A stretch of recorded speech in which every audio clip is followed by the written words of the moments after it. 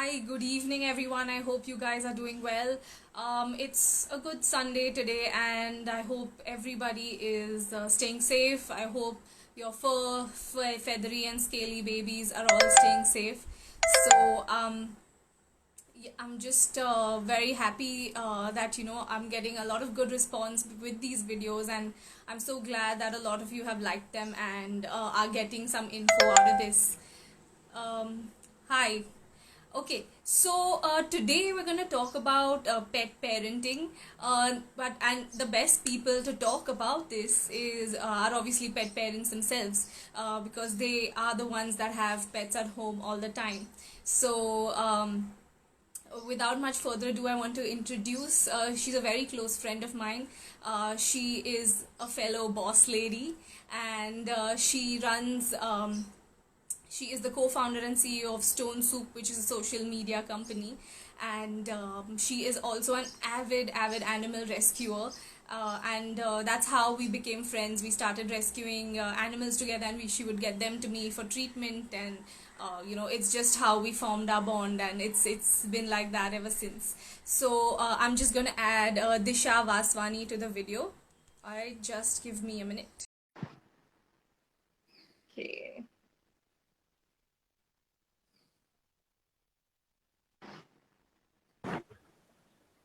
Hi, Hi, how are uh, you? I'm good. How are you? I'm good. Okay, so like I was telling everybody, like our bond formed, by rescuing animals and treating them back, back to health, and just it's just been I mean it's just been like that ever since. So For you sure. were one of my first patients at the clinic actually 4 years ago. So that's how we've formed our bond. So and she, Disha has had pets since she was a child. So I mean, do you want to tell us something about your first pet? Like what introduced you? Like what made you love animals so much? I feel like I don't remember my childhood at all without pets because I was born into a house with a dog already, and when that dog passed away, we had another dog, and along with a dog, each one after the other, we also had like an entire zoo of like turtles and tortoises and parrots and other birds and an owl just that we rescued and rabbits and you name it and we had it. Not recommended to someone living in a city for sure, but it was fun growing up, I think, in that environment. And it also just made me always want to have a pet and also just show more compassion towards animals in general.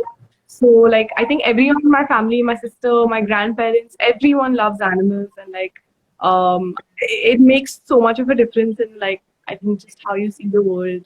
And Yeah. now I have two cats of my own, as you know. One is right here. Oh, hey Ziki. And we have a hungry bar there. Oh. Yeah. Yeah, so I mean, I feel like my life is, as you know, is still very full of animals. So, I mean, so I'm sure it really impacts someone's childhood growing up with animals. It really makes you more compassionate as you grow up, for sure. Uh, Yeah. so also, so who was your first pet, like the first pet that you remember? I remember having a dog. Her name was Nikki, and she was a Doberman. And I'm so glad that that was my kind of first pet because you know how there's so much stigma attached to like certain breeds. Nikki, being a Doberman, was the most docile dog I've ever met. Like she was extremely loving. She didn't have a single mean bone in her body. She was never overly protective of us. Like she just showed love to everyone. Like I remember as a kid, showing off to my friends that I could like put my hand in her mouth and she wouldn't do anything to me because she was so docile. So like she was definitely my first pet, and then she was more like a family pet for me. Like my first dog was my mom was at Shivaji Park walking, and she rescued this puppy. And at that time, my grandfather didn't want us to have a dog, so he stayed in my. We had like an omni van, So he stayed in the Omni van for a couple of days till we rehomed him or something like that. And my grandfather kept seeing me going to the van and like spending like a large amount of time.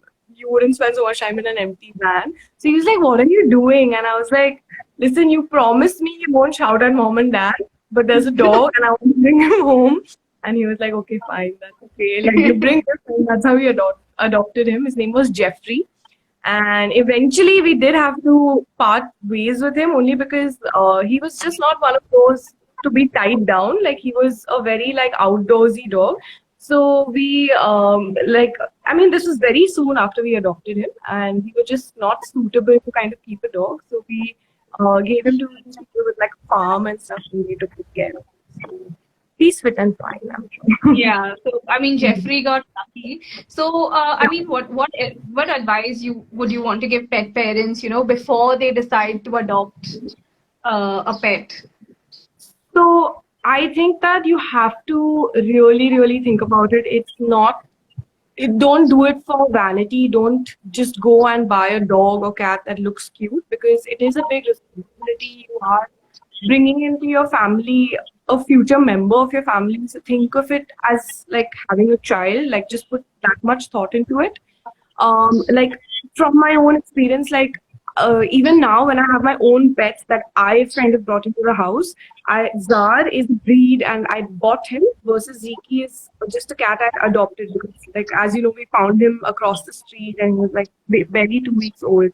So with Zar, I bought him when I was in London, and I was studying there for a couple of years, and I definitely did buy him on a whim, and it was so difficult to bring him back here. It took like a whole year to get the paperwork sorted, and like I'm sure I provide for him in the best way possible, and he has a good life. But like I didn't think it through. I had to kind of put him in a cattery for like 10 days when I was away, and like he obviously had like a lot of separation anxiety. So I do feel like I've put him through a lot, but I feel like that taught me to kind of not make those mistakes again. So like any pet I have now, I know will definitely be a rescue, definitely need an animal that needs a home rather than me wanting to kind of bring it into my life. So it's that like that change in outlook has definitely happened. But in general, to pet parents, I would think that like really give it thought. Can you like make the sacrifices that you need to make to have a pet in your life? Like that means when you go on vacation, at least one of you needs to stay back, or you need to find a sustainable plan for that. You have to be there for it. You have to train it. You have to go through the good and the bad. You have to be there when it's sick. You can't ignore anything with animals. They can't speak, so you have to kind of constantly look out for them.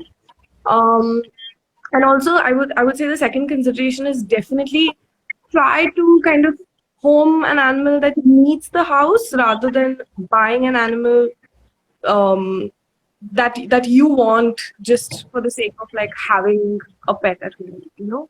So, I mean, that's my 2 cents, but Yeah, yeah. I think that makes a lot of sense.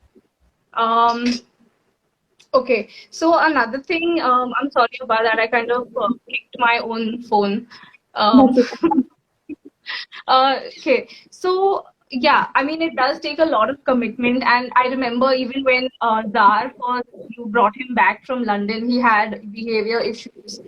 Yeah, He had fast urine for a long time, and we kind of had to really work with him to yeah, get him to do that, and it was a lot of commitment, obviously, on your part, on your family's part, yeah, yeah. to really get him to get comfortable. So it's obviously it's not only that you're taking care of their physical needs, even their mental needs. They need a lot of stimulation, things like that. So you have to be very committed before you even decide to get a pet. Absolutely. Yeah.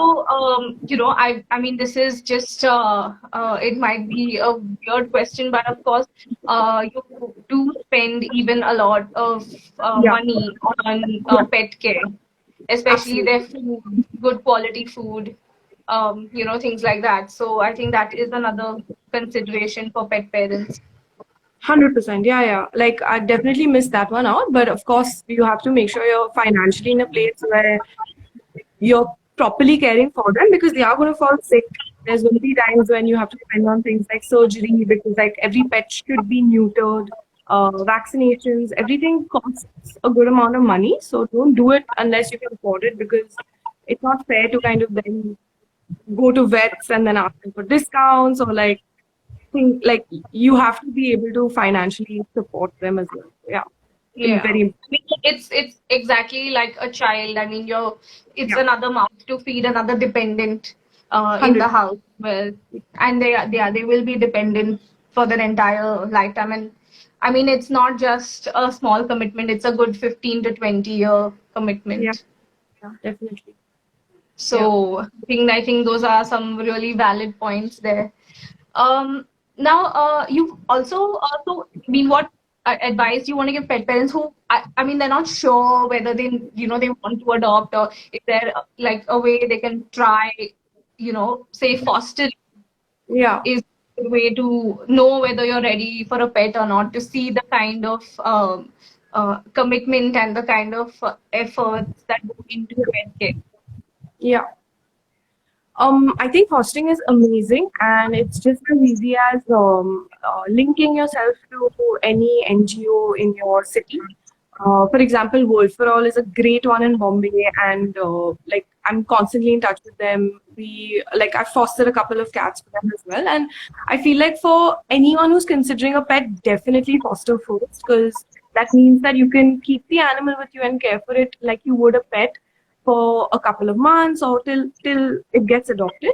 And then once it does, you'll be in a very good place to make a decision on whether or not you want to adopt it. Also, you can adopt the same animal that you're fostering. And I would say even for people who travel a lot or something like that, if you do want to have a pet, fostering is great because you'll have like a new pet almost whenever you can, and you can do it for as long as you can. And obviously, just communication is really important. You tell the NGO or the person who's giving you the pet that this is like these are my dates, and then you will have to kind of move the pet or like make arrangements. But it's a great way to have pets in your life, but like not commit 100% to keeping them for the entire span of their life. So it's like a good trial run or like a test run before you take the plunge and adopt. So yeah, for Yeah, sure. I think Fostering is great. fostering Fostering is so much definitely fun. helps. Yeah. Yeah, yeah. And I mean, you also manage social media for Coexist. Yeah, So yeah. could you tell us more about Coexist as well? So Coexist is basically an initiative started by Alia Bhatt.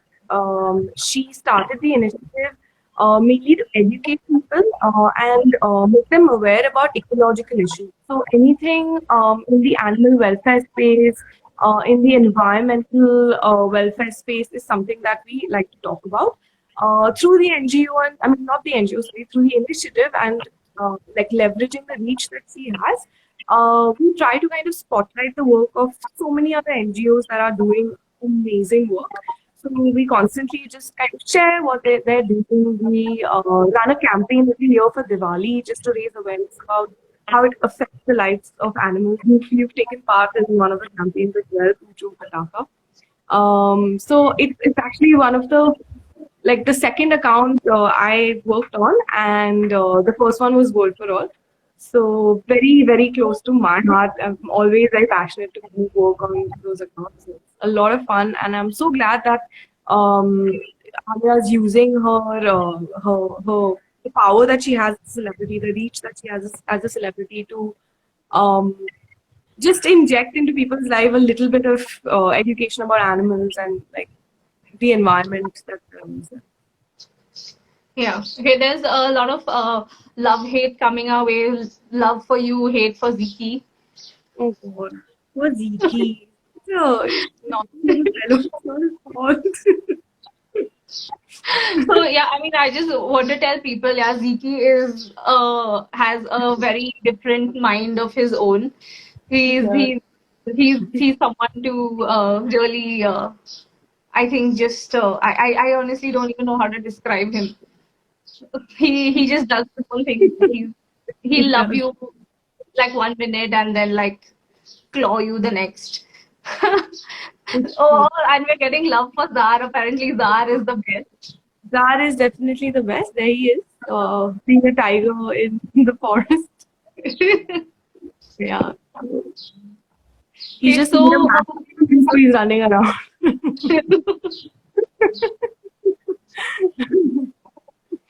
so yeah, I'm sure like Zara and Ziki are like super happy right now. Um, So also, you've also fostered a lot of animals as well, and got them adopted. It is you also know how hard it is to get an animal adopted, especially for them to get the right kind of home. So, Yeah. people who want to adopt and they want to know, okay, is my house cat or pet friendly? Like, what do you look for in an adoptee? So I always kind of make sure Wipro is involved because they're experts at rehoming animals. It's what we do day in and day out. So this support really helps in vetting the person. But what I will definitely do is my first call with a potential adopter, I will give them every single detail required. I will tell them exactly what the pet needs physically, emotionally, how much time needs to be spent with them, how much money needs to be spent on them. I will paint like the worst case scenario and the best case scenario, and then leave it up to them to kind of make a decision. If they sound like they're going to take care, like there are obviously red flags that you have to look out for. Like for example, with cats and dogs, there are a lot of people who believe, and I know that people believe different things on it, but my genuine belief is, and I mean, you share your expert opinion on this as well, but I don't think dogs and cats can be made vegetarian. So that's definitely one thing that if someone says that to me on the phone, I'm just like, okay, like on to the next one. I'm definitely not giving them the pet. I've actually had one case where a lady wanted to make the cats vegan, and I had to like take the cats back from her. So yeah, that's happened.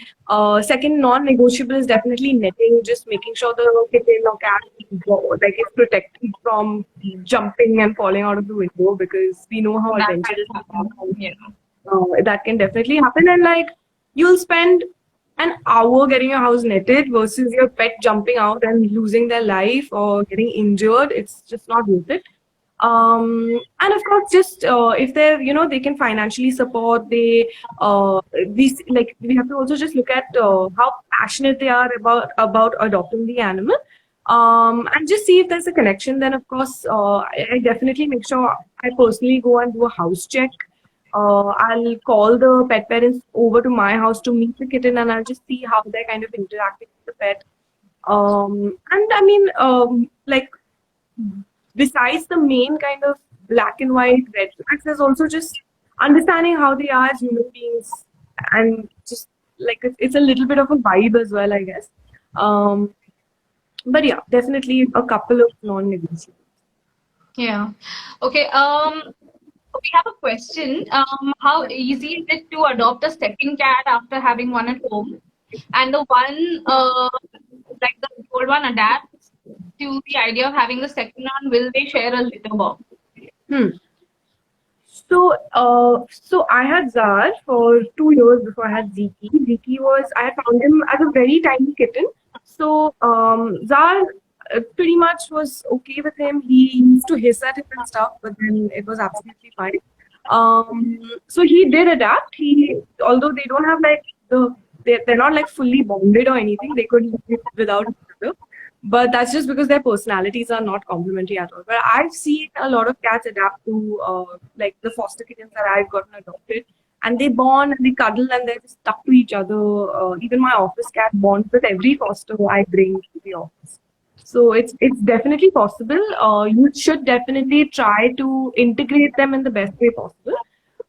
So definitely speak to your vet before you introduce a new cat or kitten into your household. Also, just make sure they're healthy because you don't want, just for the sake of rehoming a kitten that's sick, don't put your already existing pet in danger. With the litter box, I think rule is always number of cats plus one. Like that's exactly like pretty much what I follow. So I have two cats, I have three litter boxes. If you have three cats, you have four, and that's pretty much So how. yeah, I just want to add, cats cannot share litter boxes. It is not healthy for their they don't like it in general. It's something that affects them mentally and it causes a lot of problems, especially urinary tract issues in cats that get stressed out. So I would never suggest sharing litter boxes if they do it naturally, but they have the alternative of using another one as well. They always need to have that. So it is their choice. Don't force them to share a litter box. So if you're planning to have more than one cat, you need and so if you have two cats, you will need three litter boxes. Okay, that's just how it works in the cat world. Yeah, and I think with litter boxes, you should be pretty. I think it's definitely an important point. Like for mine, I have the option of closed and open for them as well. Because Zara is a very big cat compared to other cats that you see. So closed ones are sometimes for him a little bit of a problem to get into. So there are options. We've also like kept it in areas that are not too secluded because I've heard that they don't like that. Um, so, like, yeah, you just have to figure out what your cats are comfortable with, but definitely don't let them share it because one litter box between two cats will also become really, it'll just make your house really smelly as well. So I would Yeah. not do. Okay. I think we pretty much covered pet parenting and how it goes. Um, we so even when it comes to fostering though, if yeah, again I would say if your own pet is not okay with it, you shouldn't do it. Just, Yeah, I mean, I know we all want to help strays, but not at the cost of the animals we already have at home. I yeah, want to cite the example of Shawshank, yeah, uh, who was a case that he needed a lot of special care. So yeah, I remember that he had to be housed separately yeah, um, yeah, because he had a lot of behavioral issues because of all the trauma he had had in the past.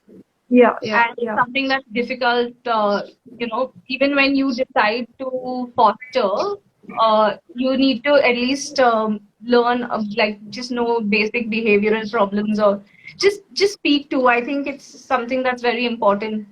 So how did you deal with Shawshank? So we found Shawshank just opposite our building because he was abandoned by someone just put like a blindfold on his eyes and left him in the road. So it was really sad, and then we put him in a couple of foster homes, but he just howled. He was extremely attached to my mom in within 5 minutes of meeting him.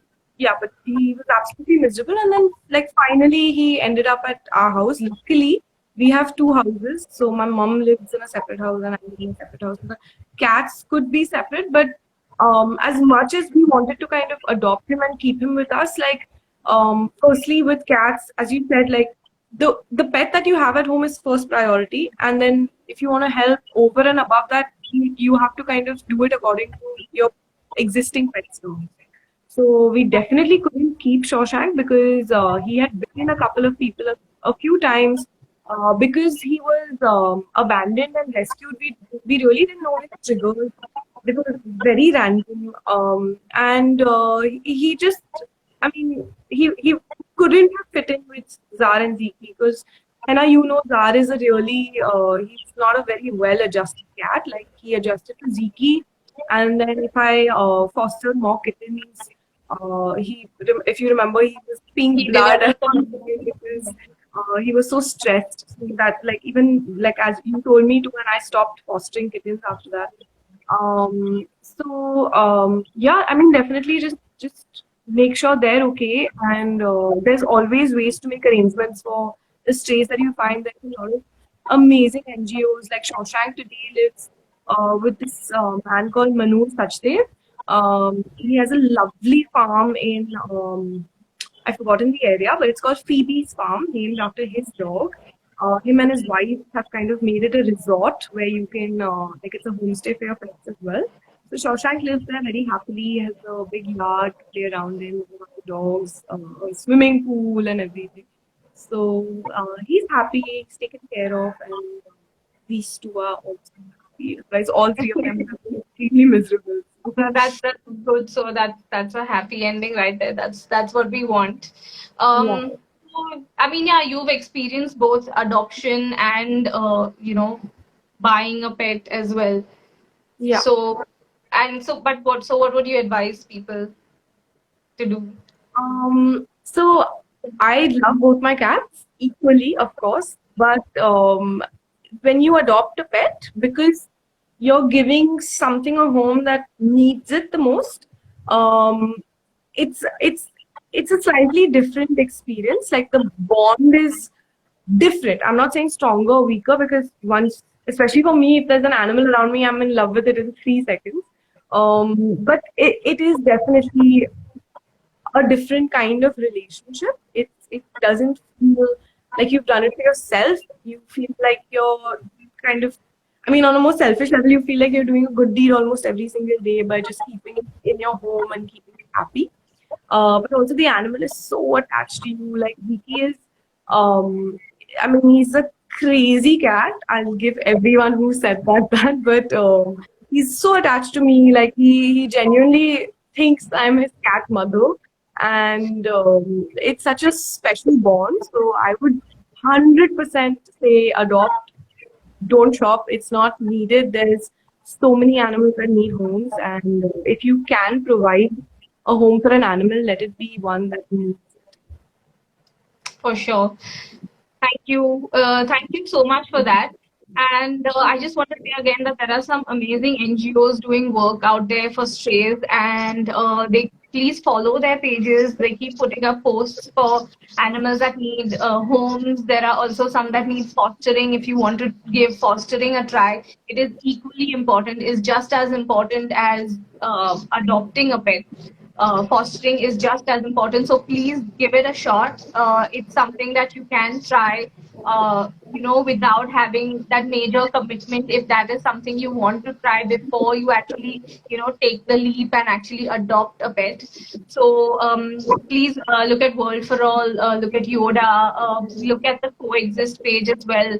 Uh, there are plenty of Facebook groups also that Yeah. have pets up, that have animals up for adoption. So please go look at those. And thank you so much, Disha, for joining me today. I think it was really fun, and thank you so much for the tips to future pet parents or current pet parents that have watched this. So thank you all so much for being here. So bye, Disha. I will hopefully see you live, actually physically soon. Soon. Yeah, yeah, yeah, definitely. Okay, Okay, thank you so much. bye. Bye. See you. 1 second. So thank you everyone for joining in. I will see you again with another topic very soon, and hope you guys enjoy this. So bye everybody. Good evening. Have a great Sunday. Bye bye.